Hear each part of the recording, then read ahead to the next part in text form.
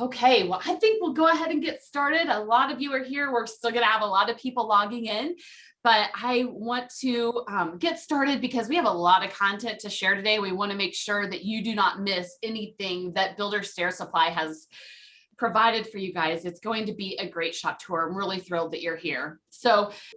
And then Chaz, we'll go ahead and have a little bit of a conversation. Just want to touch base with you real quick. I know that we do have some videos to play here, but I just wanted to give everybody that really quick overview of what it is that Builder Stair Supply focuses on. What is your business focus? Stairs. That's right. Stairs. No, actually, number one, we're stair builders. But back in '93, I had to move my house to Colorado. We shut down the business and I realized we have to diversify. And so we decided to start selling parts and distributing parts and things like that. We got two mottos: stair parts designed with the stair builder in mind, because I am, number one, a stair builder. And I forgot what the other one was, but I'm sure it's important. Anyway, welcome to what we do. We hope you learned something, and let's party. Awesome. Let's do it. Good morning, everybody. Thank you for joining us today. I'm Robin Wiebe, and along with my husband Chaz, we own and operate Builder Stair Supply along with a great staff. We're here to give you a shop tour today. We're anxious to have you, and so let's get the party started.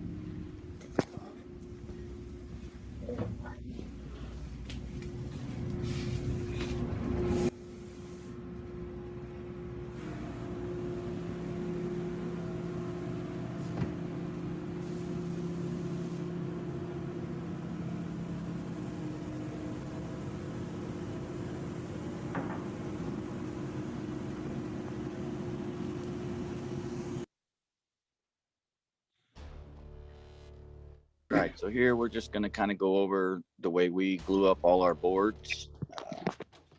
We start up our laser.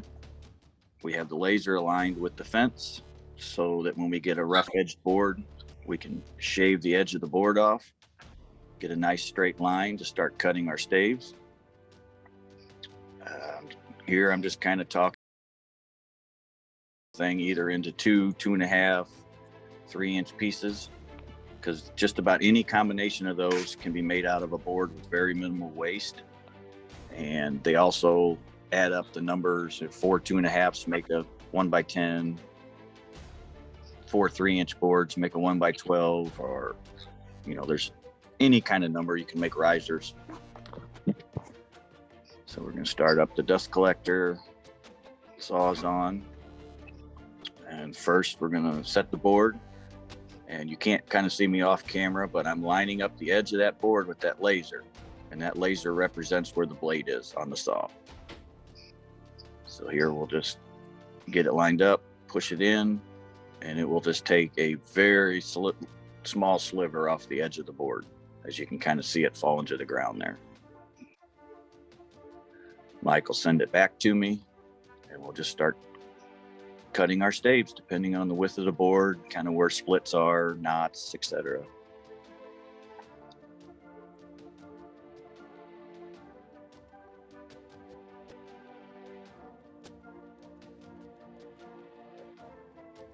And as you can see here at the end, we've cut 3 different width pieces in on the very little waste that we have there on the floor. Basically just 16th inch little slivers. That was all that's left of that board. So it's very minimal waste. So now after we had a whole cart full of that, we'd go to the other end of the shop. And as you can see, we have some stringers laid out here, stacked up, just as far as paint grade poplar. We have a couple of riser blanks here that we're actually going to show how we glue them up on our glue wheel. We're going to go over here. We're going to rotate the machine to bring a set of clamps down.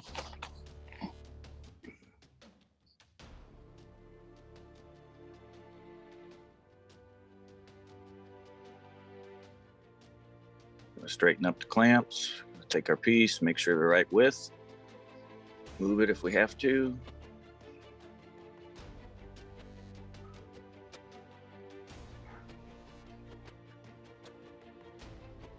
We're going to set our pieces in there, ready to be glued.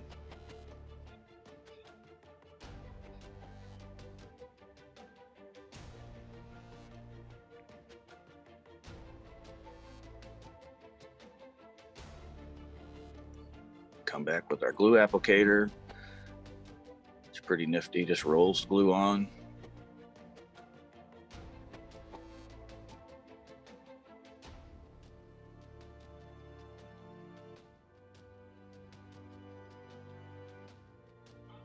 Now we're going to go down and we're going to get the panel flattener. Get them as flat as we can. We also have these little braces we put in if we're doing really wide glue ups, so it actually compresses the boards a little more so they don't go popping out of there when we tighten them down.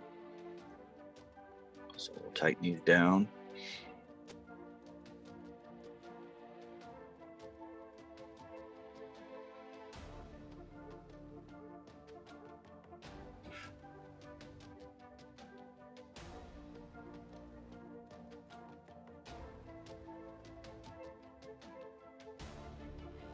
Now we're going to take out some previously glued ones and kind of go through the planing process, also sanding.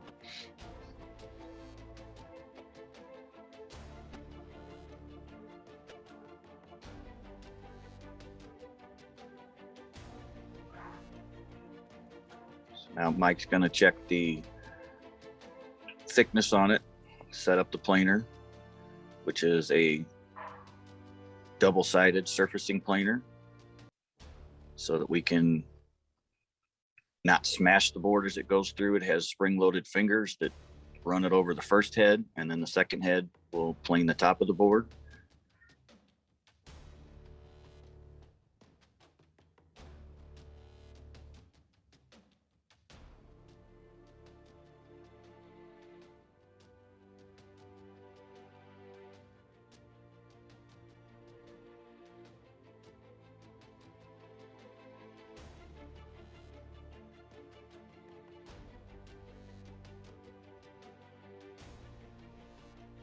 Now we're ready to go to the sander, which normally most of our products, we sand the one face side that we see or paint.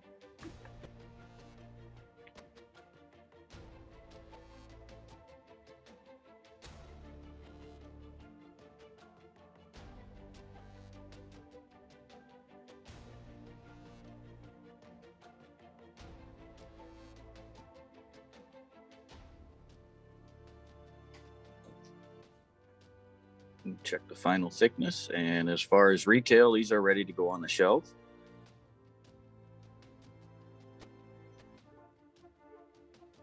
In this part, we're going to show when we do our installs with routed stringers. This machine has a 6-inch joining head on this side, so we joint all our risers on one side before we rabbet them.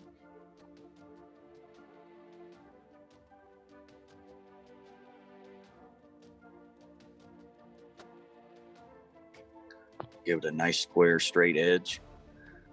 And what's unique about this machine is coming up on the other side, it's a double-headed machine where we can take our treads and actually send them through the other side, and it puts the bullnose on them.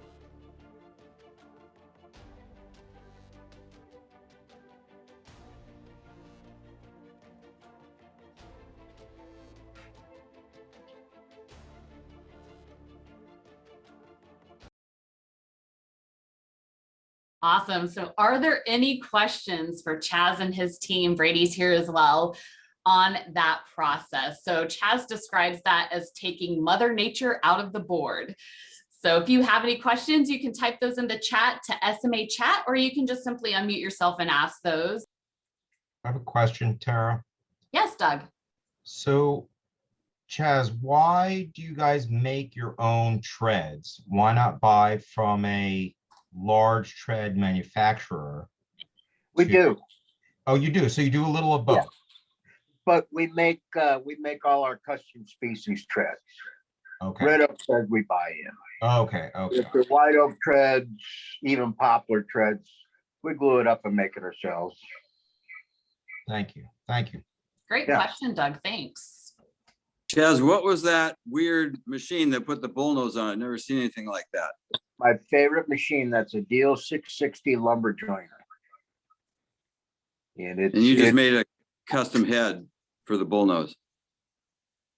well, it's not a custom head, well, yeah, it's a custom head, I guess.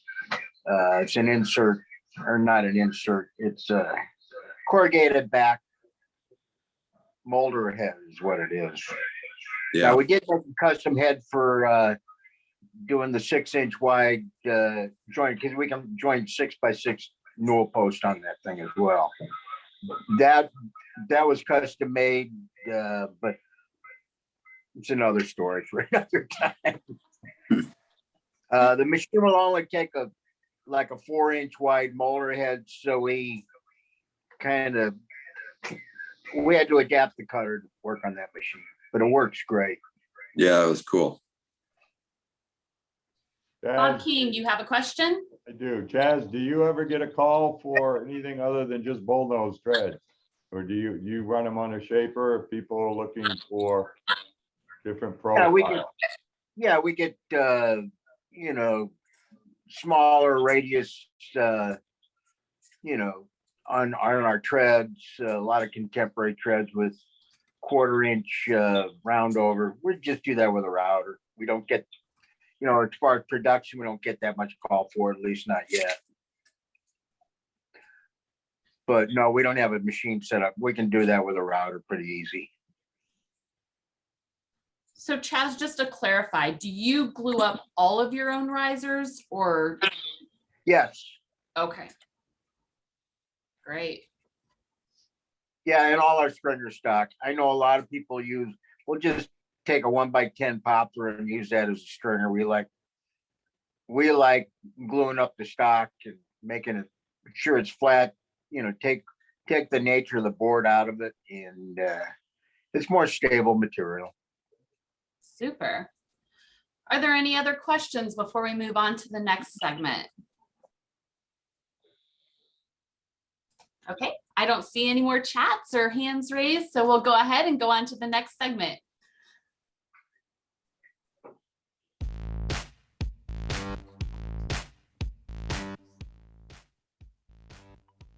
We're going to do a 2-rise stringer, a right and left hand. We have a board clamped to the leading edge of it and the board clamped to the back edge. And the leading one is so when it gets through there's a clamp on the other side that will grab that and help pull it through the machine. Same with the one on the back end here. This back end clamp will grab it and push it through.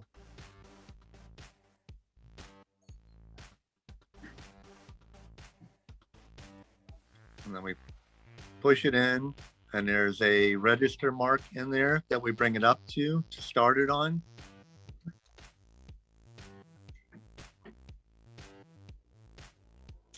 You can see the clamp there will come down and sit on top of the board that we added to it.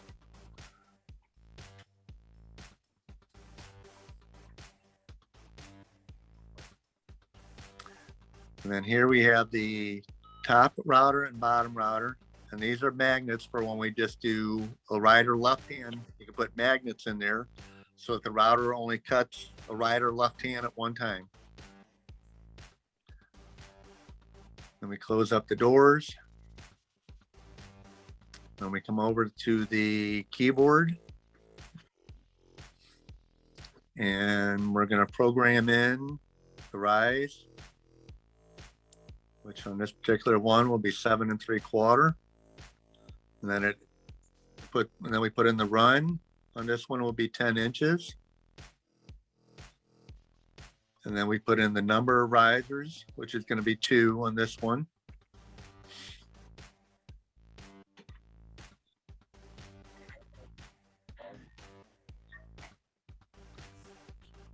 And then just double check that everything is correct. We're doing a 9¼ inch stringer here. You can also do 11¼ inch.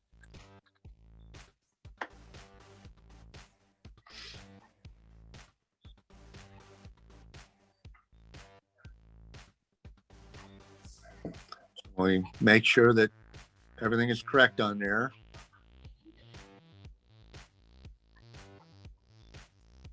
And here, the routers are starting up. And the screen will come back on telling you when it's ready.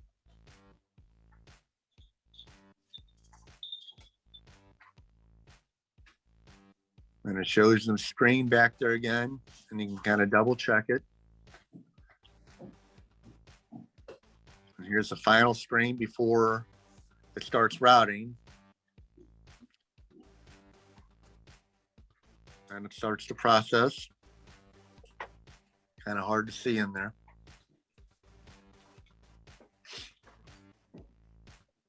You can see the clamp holding that board that I was talking about that we put on the leading edge.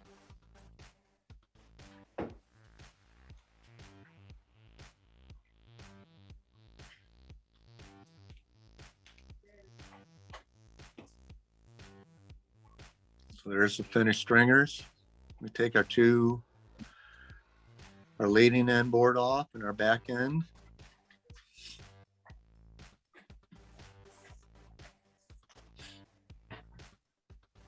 And then before we started, I put 2 nails in it, one at the front and one at back to hold the boards in place.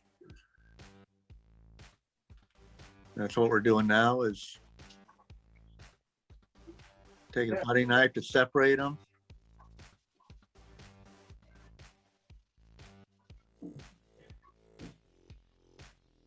They're just 2 1¼ inch brads. And I just break those off. So it goes, breaks into the wood.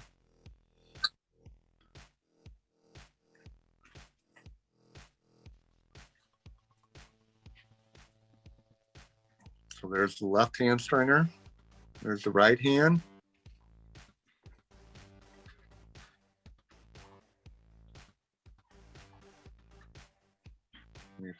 If you pair them up here like we are, you can see they're identical to each other. And then from there, we just run them through the table saw to either 9¼ or 11¼ and run them through the sander. All right, any questions about the process there that they used? So one of the questions that comes in is, why are straight cutters being used for routing box stairs? 99% of our end users are utilizing a dovetail type routing bit. That's from me, Tara. Yeah, yep. So we're the manufacturer of that piece of equipment, and we're selling all over the world, and our end users use a dovetail bit so that when the tread is inserted into the stringer, there's a gap-free look at the nose of the tread. I'm wondering why in this case a straight cutter was used. We just have always used a straight cutter. Goes back to when we do them by hand, because we've got to do 2 passes. We just never change. Our treads and everything fit so tightly that we don't have to use the dovetail. And I understand the dovetail principle, but it can vary. If your thickness varies at all on the stock that you're routing out, it's going to change it.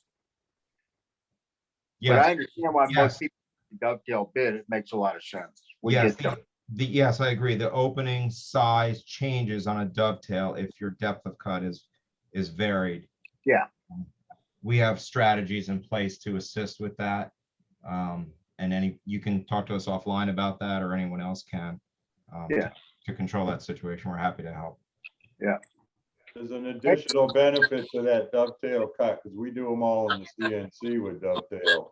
But is that when you drive all your wedges in, it locks your wedges in. Your wedges will never come out because they're dovetailed basically in place. So it compresses them a little bit more. I understand all that. We've just never had a problem. So we do it the way we do it. Hey Love it. Chaz, what's the horsepower on those routers, and do you have an adjustable feed rate? Ask Doug that question. He's got the answer. So each motor is 5.5 horsepower direct drive.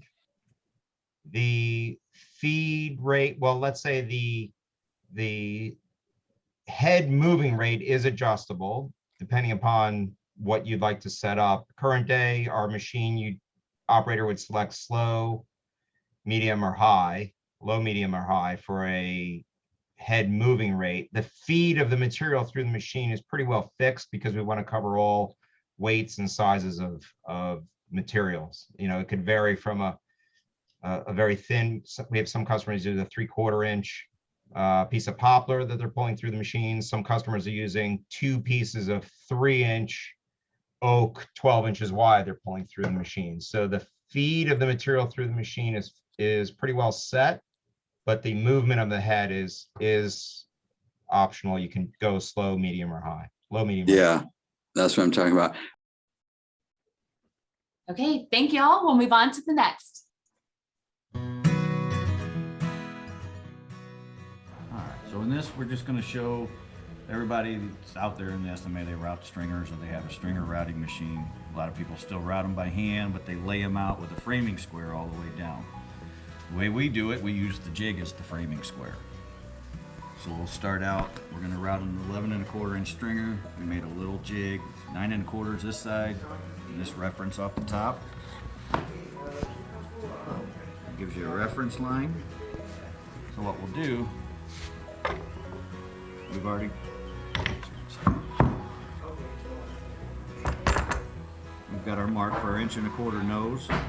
So we'll actually mark where our 10 inch or a 9 inch or a 9 1/2 inch run with a very fine pencil there.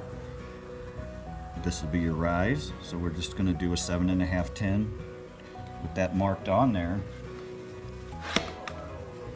We can bring this down, line those up till those lines disappear with our lines.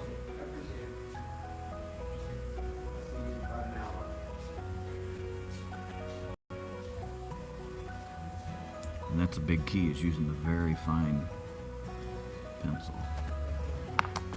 Hold that there.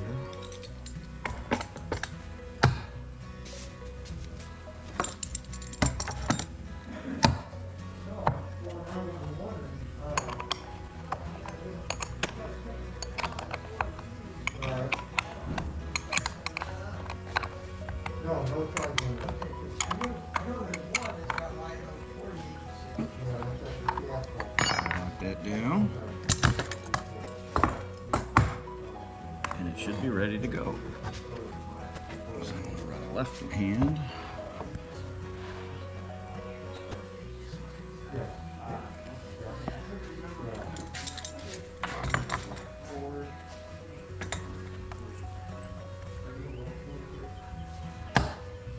And the key to this, as we said, we use this as the framing square. Before we do anything, we'll take that same pencil and we'll scribe that line.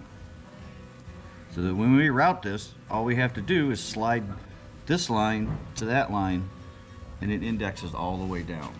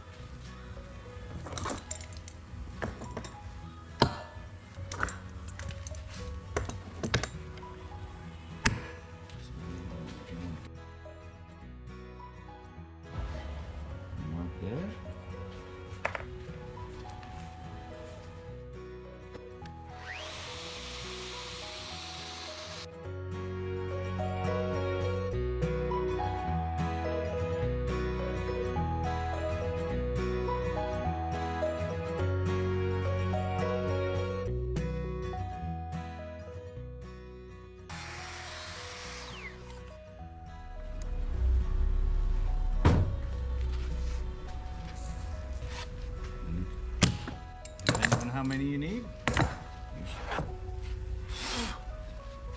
You just slide it down, and it self-references itself all the way down.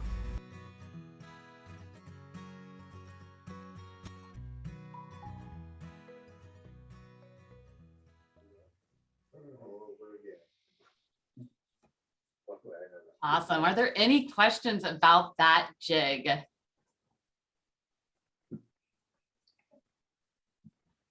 Sorry, Tara, I'm the troublemaker because I don't build stairs. No, it's all right. I have a couple questions. Why is there a negative wedge angle on the riser? Why do you guys do that? Because all different parts of the country, St. Louis is pretty unique. Our stairs are built in place. So we're building the stairs with the drywall all the way under, already on underneath the carriages of the stairs. So we're putting the wedges in from the top, not from the bottom. Yes, understood. And I have found that our customers who are, so we're based in New Jersey. I'm not sure if everyone knows that. We're based in New Jersey, and we have found that north of Hartford, Connecticut, our customers are doing what you do there. They are building in place and driving the riser wedge as they go. Gotcha. Well, and Douglas also mentioned that what you just did, that's the advantage of using a straight bit. So Yeah. That's Doug Laganti. So thanks for sharing that. Are there any other questions? Okay, we'll go ahead and move on.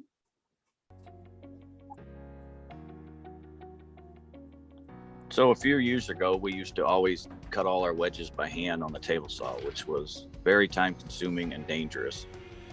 So one year, Chaz ordered us a wedge cutting machine, and since it was so expensive, he told his wife that that's all she's getting for her birthday. So that's kind of the joke behind that. It's a pretty neat machine. You just load it up with the scrap wood blanks in there, set your angles, and let her go, and it just sits and cuts wedges.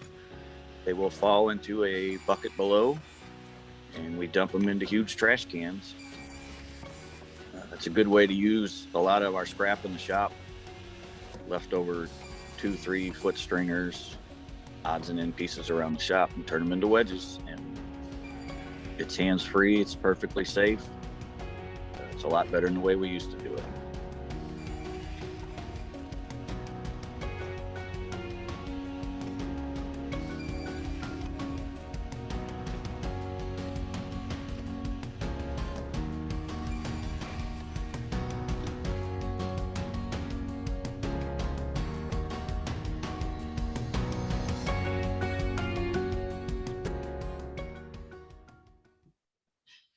What a birthday gift. It's really cool that they made the joke that that was Robin's gift, right? So, and as you saw on that opening slide, Robin as Wonder Woman, I don't know if you've noticed so far, but as we tour around their facility, you'll notice that their hero is watching over them at several of the pieces of equipment. So see if you see her again.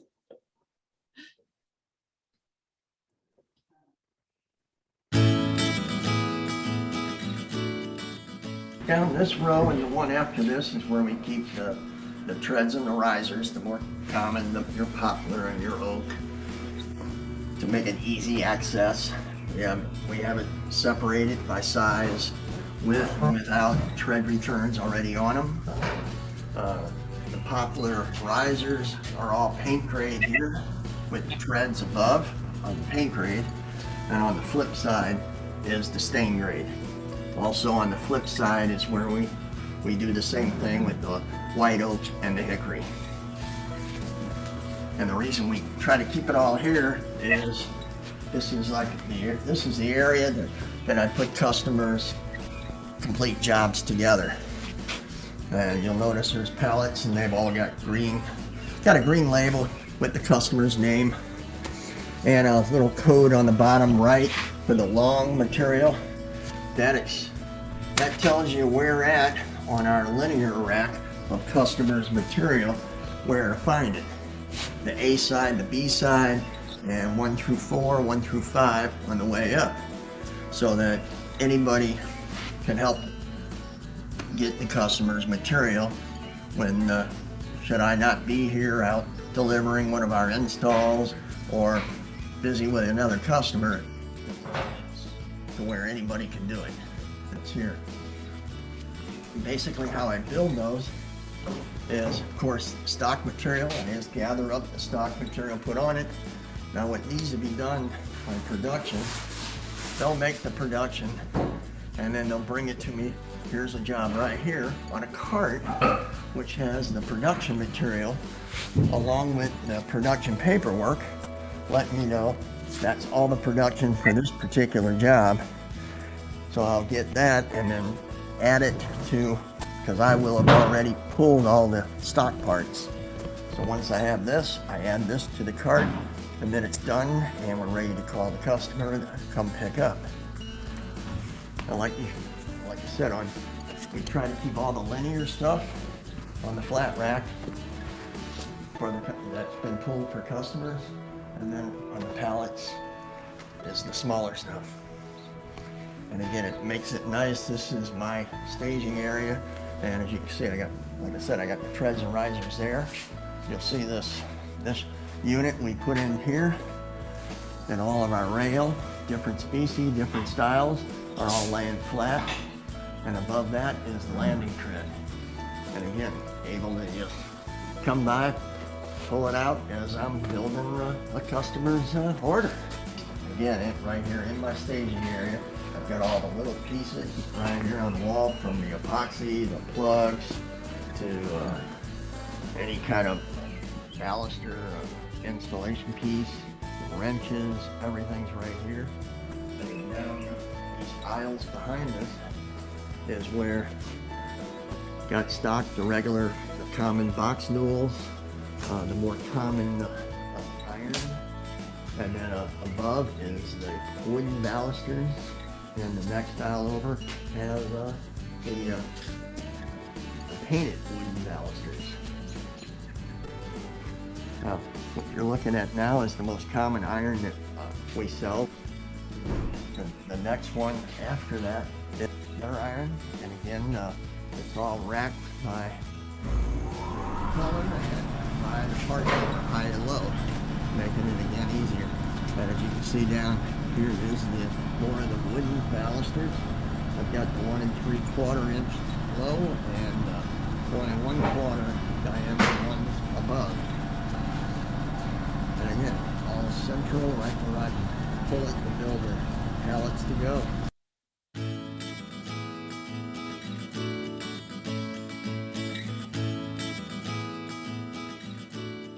This is an upper little storage area we have.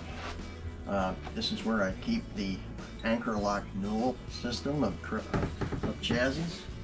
I've got them already boxed. All I have to do is, according to the order, pull the proper box, whether what species of boot and what species of the body, meaning either a plain body, raised panel, flat panel, and what species. And then I just add to the inside of the box the trim work, depending upon what trim work they go with, and the caps, what cap they go with. Tape it up and they're ready to go that quickly. Also up here we had built a couple of little storage bins out of a CNC, out of this plywood. And this one here, I used, it was mainly for my bending rail and bending rail farms. So I have a separate place to keep those. And then on the outsides, I'm able to store the fittings of the wood species that we don't sell every day all the time, such as your hickories, your white oaks, your walnuts. Any of these are up here instead of close to my putting the orders together area. And on this rack, we built a heavy duty one for some iron that is not our more common seller, but is requested. Both the Italian style, which is on the bottom, and another manufacturer that we're able to get a hold of and get supplies within a few days. But it's not one of our bigger seller manufacturers.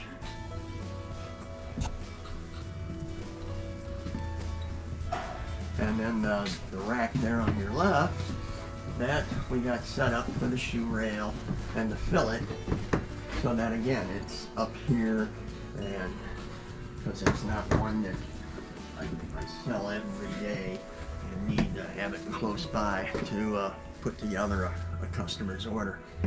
And that's why we have this separate little store area of those items, so the more common stays closer to the staging. Any questions about the order fulfillment process? I personally really liked the upstairs, how they had cut out the storage racks, the guides for those out of the CNC machine. I just think that one of the things that Builder Stair Supply does incredibly well is using the resources they have to make things work the way they want them, and that works best for their company. So are there any questions? You can type them in the chat, or you can unmute yourself, bottom left-hand corner of your screen. Well, Chaz, that's quite a commitment to inventory. I'm kind of stunned, pretty blown away. What percent has been shipped in from manufacturers, and what percent roughly did you guys make there in your shop? Those are all trick questions, you know. Quit playing stump the stair builder. I don't know. We make a lot of products. I mean, standard products we bring in. Box newels, you know, we've got our patent pending Anchor-Lok Newel system. You know, to answer Robert's question, he typed in the boot is the lower part of a box newel. Our box newel, the Anchor-Lok system, the boot's separate from the body, so you can combine and use the same boot for a raised panel, flat panel, or no panel newel post. You know, we make all our starter steps. We pre-package stair components, you know, with rabbeted risers, you know, treads to the proper depth, everything. So we can ship out complete stair packages that are installed in the field. And so all the ancillary parts, you'll see more of the parts that we make as we go along in the video. And sorry to backtrack, I missed a question. I apologize. So Chaz, for the wedge cutter, what wood types do you use to make your wedges? I like to use the red oak scrap. You know, I mean, poplar works well. It's a little softer. It really, you know, mainly red oak. Awesome, thanks. And I love that Robin just chatted with everybody to say that, yes, she did ask for that for her birthday. So Yeah, a true stair geek. I love it. You know, it's dangerous what we did, and Doug's absolutely right. I would suggest everybody buy a wedge cutting machine, because it's probably the most dangerous operation that stair companies do if they're cutting their wedges by hand. Gotcha. Awesome. All right. Well, we'll go ahead and move on to the next, where we learned from Mike about tread returns.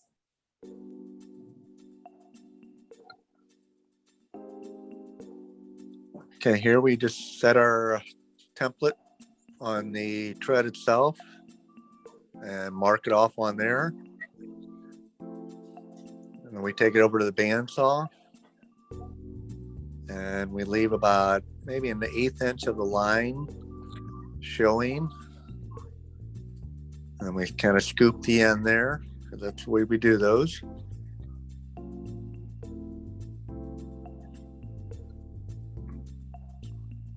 And we just take it from there, set it on our jig on the shaper.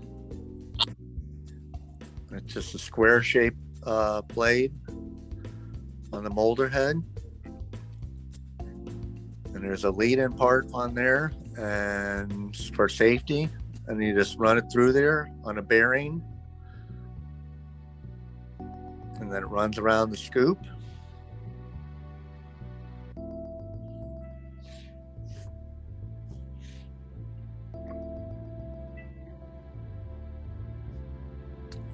And then after that is run, We can go ahead and run the return part. They're already roughed out for the shaper. And we can set the clamp there for whatever width the tread is.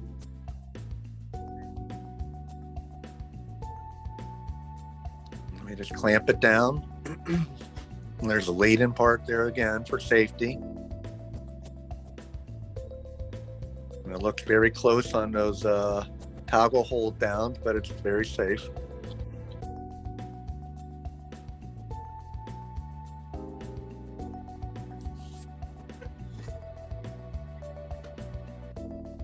And then on putting on the tread returns, spread the glue on there. I like to use a roller so it spreads out evenly and a nice thick coating on there.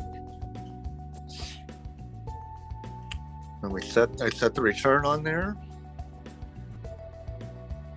And we take a micro pinner and shoot a 1-inch pin in near the nosing there. So that'll hold it in place. And then we've got the custom holders there that fits right over the bull nose. It gives us a square edge on the clamp to clamp up to instead of the bull nose edge. And that's it on that. And we just let that sit and dry, and then it'll go through the sander.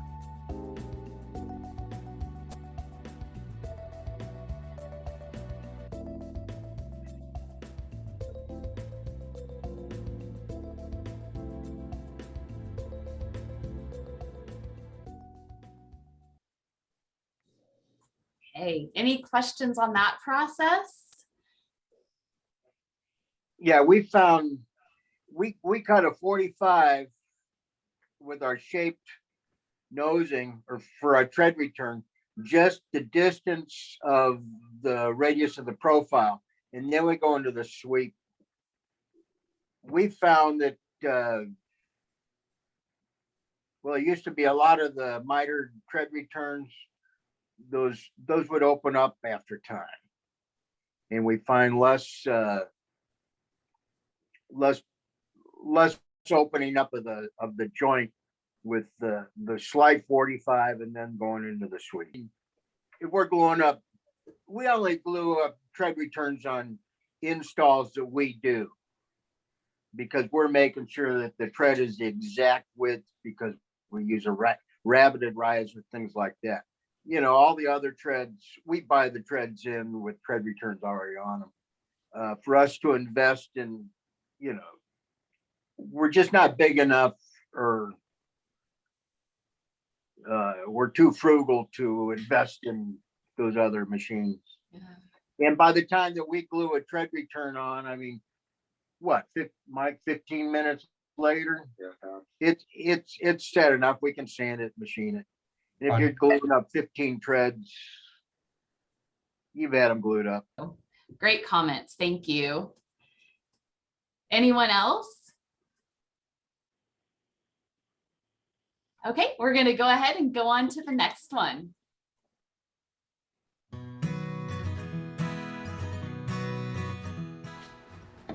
We generally start at the bottom. There's our first riser. We'll glue the 3 sides that are going to be touching the wood on the wedge. Place it in there. Snug it down.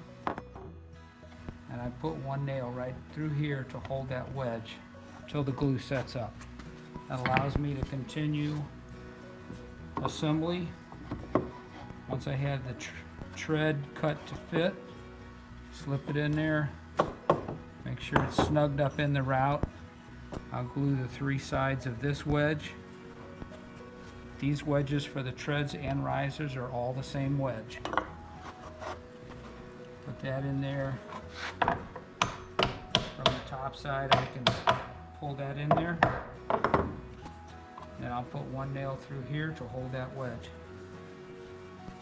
This allows you to do all this work from the top side. You don't have to work or get underneath from the back side or underneath the stair carriages at all. This is the next tread, or the next riser, and the reason that we have this rabbeted is so that it creates a nice tight fit right in here, as well as sitting on top of this and providing support for the front side of the next tread. Once I get to this point and I'm ready to put the next riser in, which has the rabbet, I will glue this rabbet, put it in position, glue these 3 sides, drop my wedge down in there, snug it up, and at this point is when I would use my other wedges to shim against my rough carriage up underneath the tread and put a wedge against my rough carriage up against the back of the riser. I would glue both of those wedges when I put them in. And there again, I just put them in enough to get them snugged up and take out all of the space. When I start feeling energy coming back into my hammer is when I would quit. I don't really romp on it or drive them in real hard. Just take up the space, and that's what locks it all together. And I'm ready to continue. Put my wedge, my tread in. Glue the 3 sides of the wedge. And put them in here.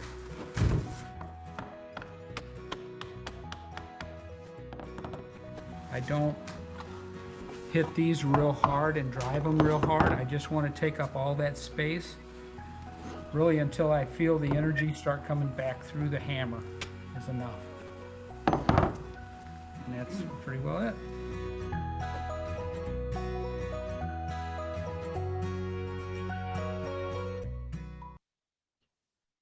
All right, any questions about that process?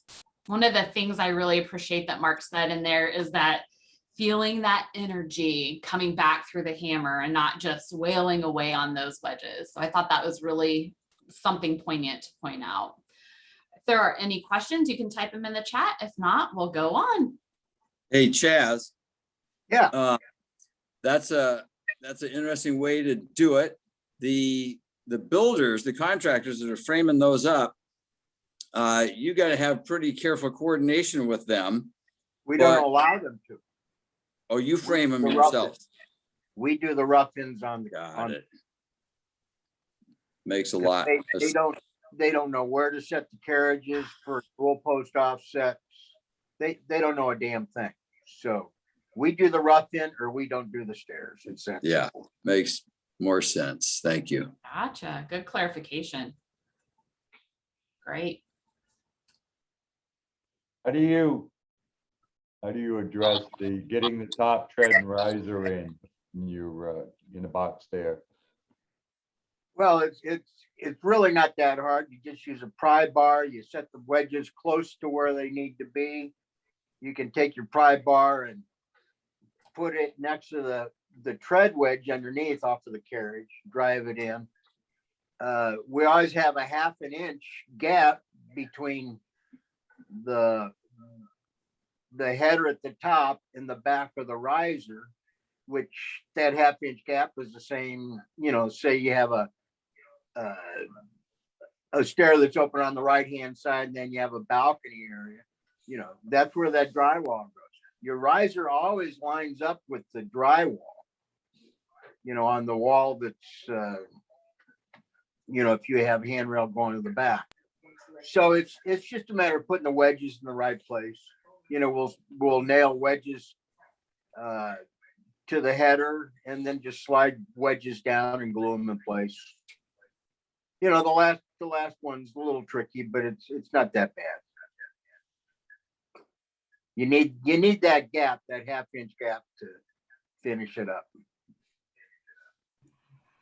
Great. Thanks for that question.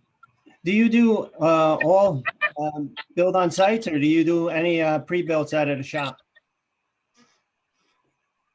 We've done a few circulars pre-built, but we can build a circular quicker on the job. You know, a lot of times by the time you build a pre-built circular and haul it out to the job, and you got 6 or 8 guys that you're paying so much an hour, and say it takes 2 hours to set the thing and the transportation back and forth, it's really cheaper for us to just fabricate the circular, you know, on the job. So just so I understand, Chaz, you do most of your stairs that you are installing, you're doing those on the job. Correct. Awesome. Great. All right. If there are no other questions, we'll go ahead and move on to the next.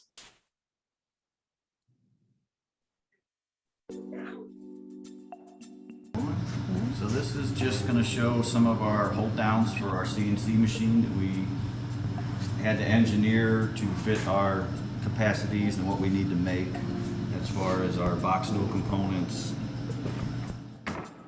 This is one of our either a raised or a flat panel. We had to figure out a way to hold this down on the machine, and we use straight vacuum tables. So we have to put suction holes and make sure the part doesn't come flying off. So these will sit, and then once they're on there, there's little safety pins on the end. And then once the vacuum's on, these will stay in place so that the machine can do its job in cutting all the grooves and the different parts of it. So we came up for every part, we basically have a large jig like this. And they're all exactly the same size. So in each corner, there's guide pins. So it self-aligns on the table. That way, in keeping it very fast turnover time and setup time. Screw in each side, then you have to hand file those so they're really sharp. So I'll have to do that to all of these, and then that's what holds these in place. Again, and these are all painted because MDF is porous, and I only want it to use the vacuum through here, not through here. So we actually put this on the machine, turn the vacuum on, and paint it on the machine so it sucks the paint into this, and actually we get better seal.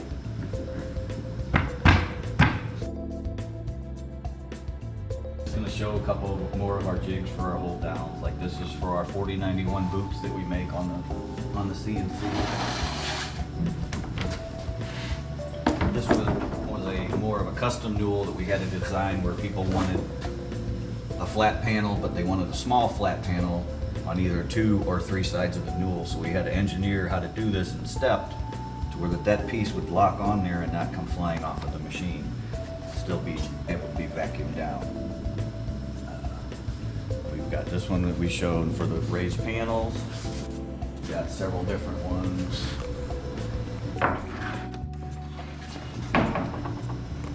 We can run really intricate caps for the tops of the newels with some of these, and they'll lock down on there. And again, they're still using the same pin system. The machine knows once it drills those holes, this just sets right on there. We don't have to measure to make sure it's in the right place. Here's another one with a 7-foot post with 1, 2, 3, 4 open raised panels in it on 4 sides. We had to design that to be able to hold that down across the machine. We've got various, we can do handrail, curved handrail, which will not stick to the machine, so we still have to have a jig to where we can put that on here. This is cut out and traced on the machine, and it's also screwed down. As soon as we cut it, we screw this down, and then that way we also do the pins, and this just gets screwed to the top of the handrail, placed on the machine and screwed down, and then the machine can come around and cut it. Another piece of handrail. We do flooring pieces all the time. That was the outline of a flooring piece we did yesterday. We can do curved landing tread, which this you can actually put a plate of wood on the machine and it will cut 2 of them table like that. It will just cut around the one, pocket it out, cut around the other, pocket it out.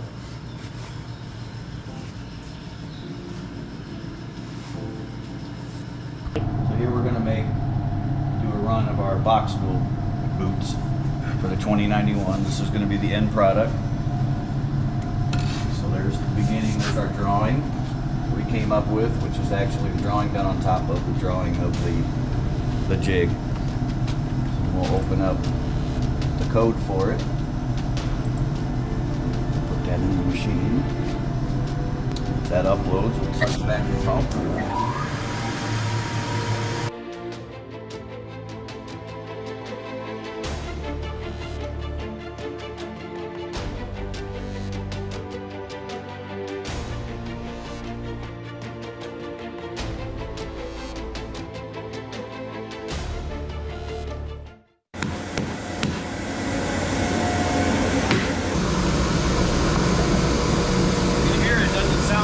I know it's not going to stick.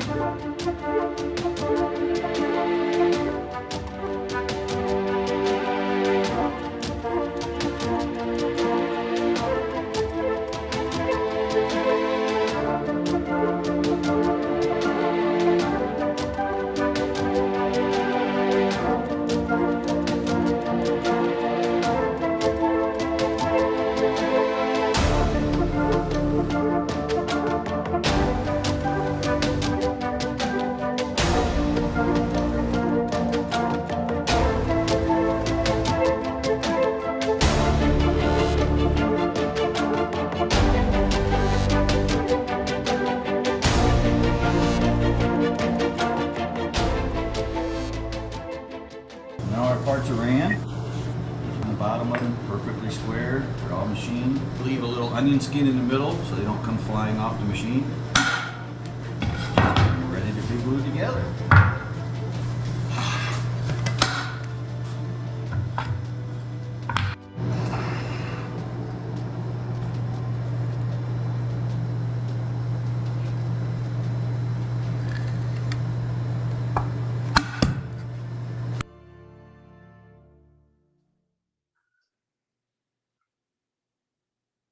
All right. Are there any questions about those CNC hold downs, how they do their process for their CNC machine? I see Brady is here. If you have any questions specific, he can probably answer those.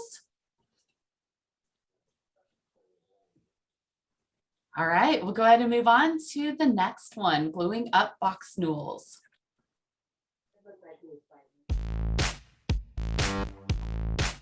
We're just going to show you the simple process of gluing up our Anchor-Lok boots and how we designed where we strap them with the strapping machine instead of clamps.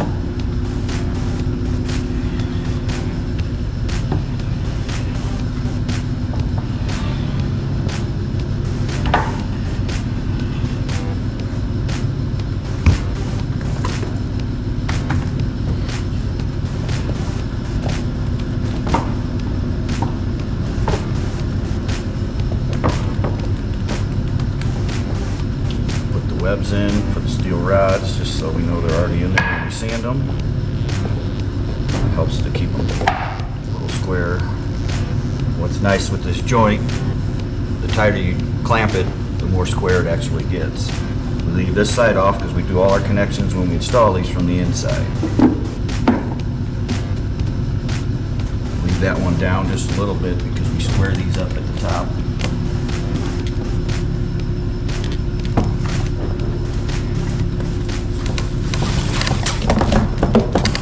Rocket, it'll self-square itself.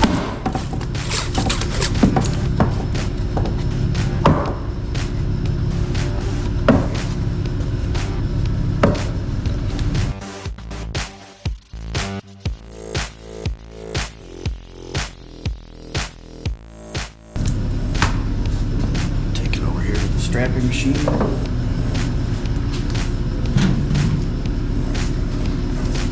Got our pre-cut pieces of cardboard so we don't dent it.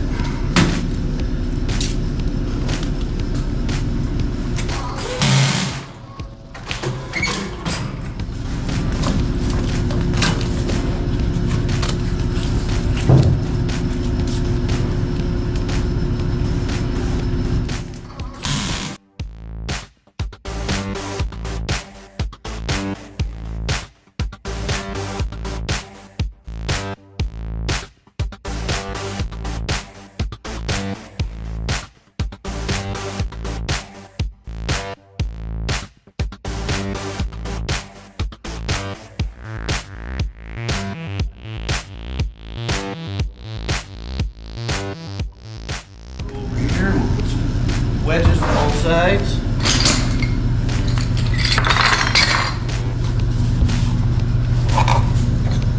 Just to give it a little more. Put the wedges on top of each other so they make them even tighter.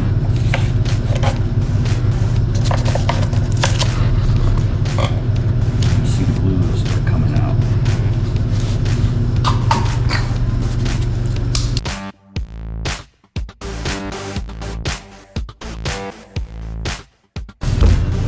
Real quick check to make sure there's no big globs inside.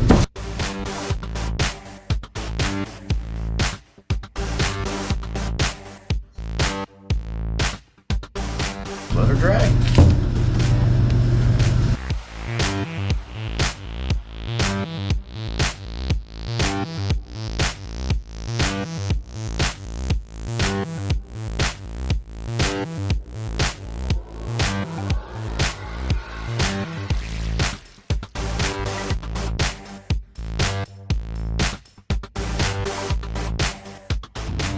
This video is just a sample of one of our Anchor-Lok Newel bodies with the flat panels. A lot of people actually put these in the little sliding rails. We actually machine it out on the CNC so that we can use a thicker panel, so they're not 1/8 inch, they're 3/8 inch.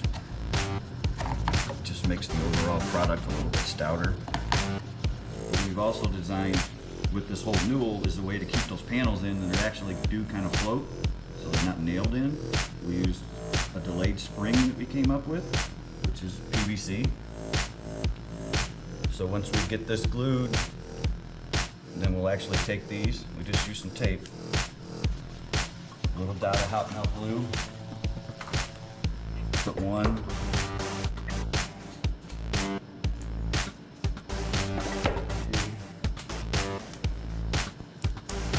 put those in. Then we'll put our panels together. Line everything up. We'll do the same process as shown before on the booth.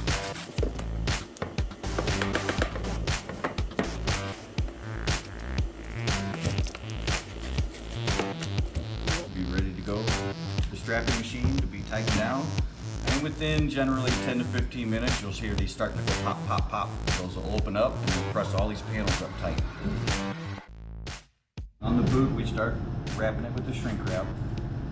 That tightens it, holds it in place, and then we can line these pieces up, which then in turn puts all the ledges in line with each other for the body to sit in. So on the boots, we start at the top. On the bodies that we make, we start on the bottom, because then it in turn sits in all those grooves, and that's what keeps it all nice and plumb and square.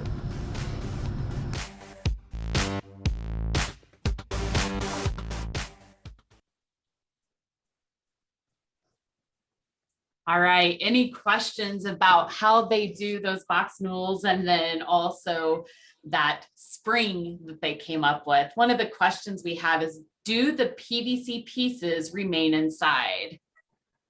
Yes. They do.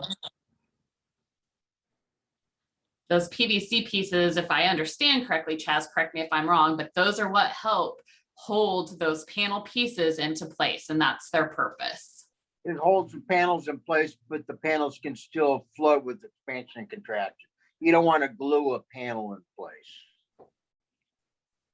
Gotcha. Great.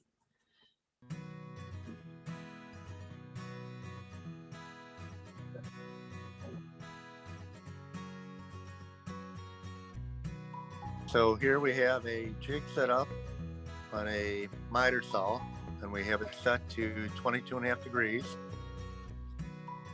And we can make one cut.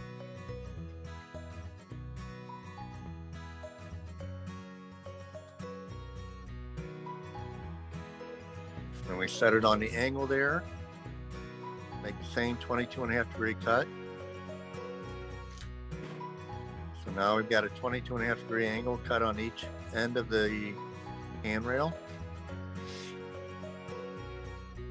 And we can move it up. And we're going to make another cut at 22.5. So that will be one part of the return right there, the all fall.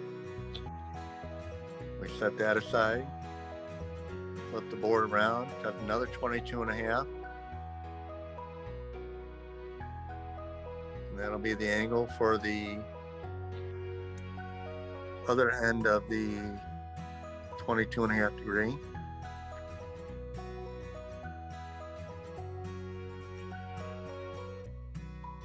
And here we just put glue on each end. And we use a 5-minute white glue. So it's got strong initial tack.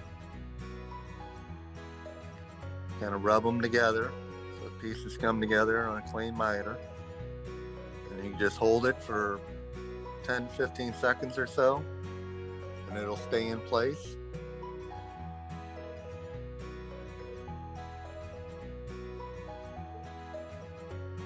And we just let those dry.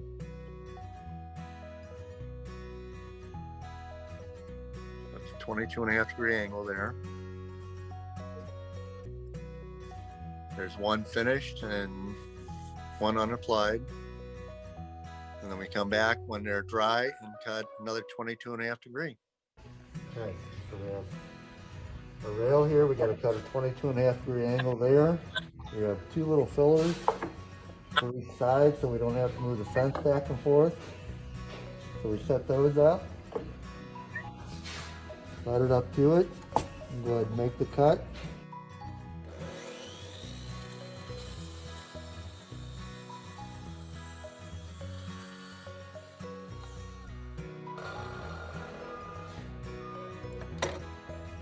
Cut. Flip it over, go to this side.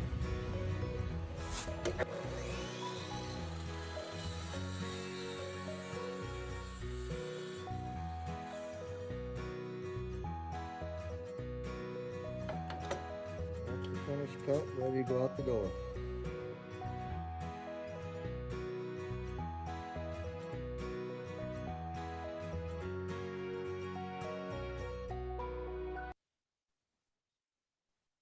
All right. Are there any questions about that process? You only rely on the yellow or the white glue to put those miters together? Absolutely. I think we've had maybe 2 failures in what, 12, 15 years? Can you share what that glue is with us, Chaz? What kind of glue is it? It's a 5-minute quick dry white glue. I used to use super glue, gel super glue. But the white glue, I mean, we've had good luck with a yellow glue. It's like Type Bond 2. It's a little tackier, but we just haven't had very few failures. We used to use a molding glue that was sold that was thicker like that, the same thing. And they discontinued it. And we've been looking for a glue ever since. Yeah, Mike was saying he used to use it at another stair shop that he used to work at, but we can't find it anywhere either. No. All right. So we have some interest, Chaz, and if you know the brand name, and so it's Spectrum Adhesive, which is CP Adhesives. They are an SMA member, and it is at MG79. So Brady, thank you for that. You're welcome. All right. Any other questions? Okay, I think we have one more video here for you.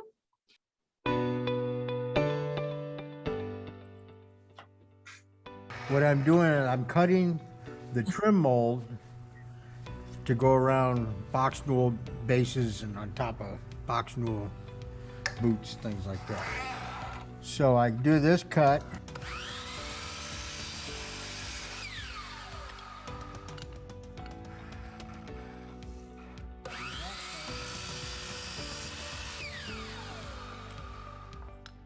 Then I hold both of these moldings. I wait until the moldings fit nice and tight.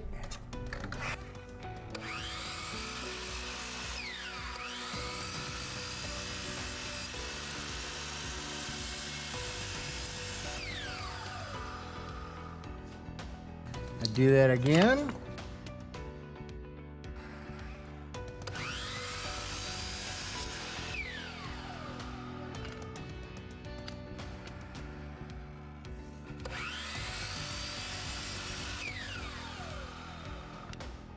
Flip that around. Get that miter tight. Hold those in place.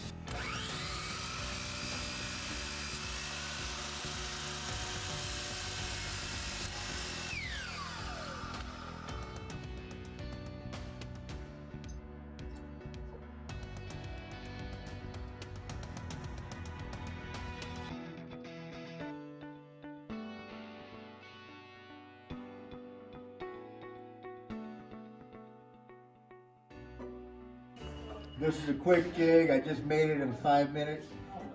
You use this to get the acute angle of a parallelogram when you're applying moldings or other cases up the rake of a staircase. So in this case, we're saying that the obtuse angle is 36 degrees. 36 degrees. So you take 36 degrees, subtract it from 90. So you get 54 degrees. You take 54 degrees, you divide that by 2, you come up with 27 degrees. So with this jig, I'm going to set the saw up at 27 degrees. And I'm going to cut one of the acute angles.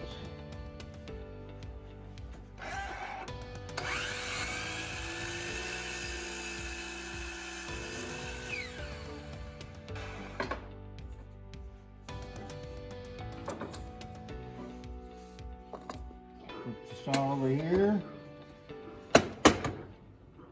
27 degrees. Lock it down.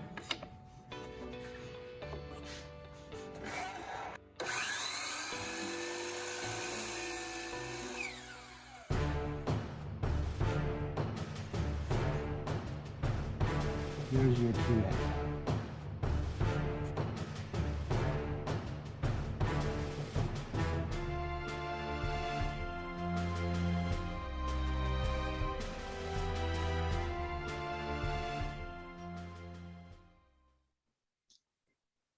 Great. Are there any questions about that process?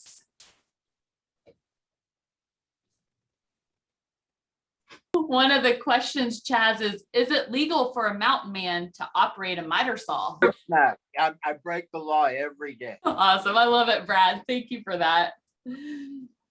One of the things that really impressed me about Builder Stair Supply is that they are the jig masters. So as you saw, they can make a jig for anything and everything. And so it's really cool to see how that works in their shop. So I hope that you've enjoyed this. I want to just say a quick thank you to their cast of characters. Thank you guys so much for the time that you committed to videoing and providing this information to us. I hope that everybody found that useful.